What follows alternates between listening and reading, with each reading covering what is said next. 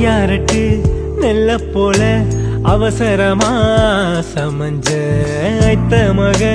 பஞ்சத்துக்கு ஆதாரமா மஞ்ச குட்டி போட்ட பூனை போல பால சுத்தி குழஞ்ச பாவம்னு நீவி விட்டா கல்லு போட துணிஞ்ச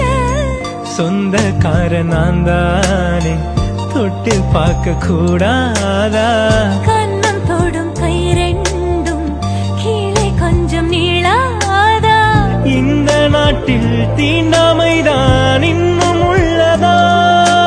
வயசுக்கு வந்த பூ அசைய பேசுமா வண்டுக்கும் பூவுக்கும்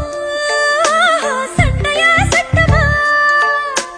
தாமர பூவுக்கும் தண்ணிக்கும் என்னைக்கும் சண்டையே வந்ததில்லை மாமன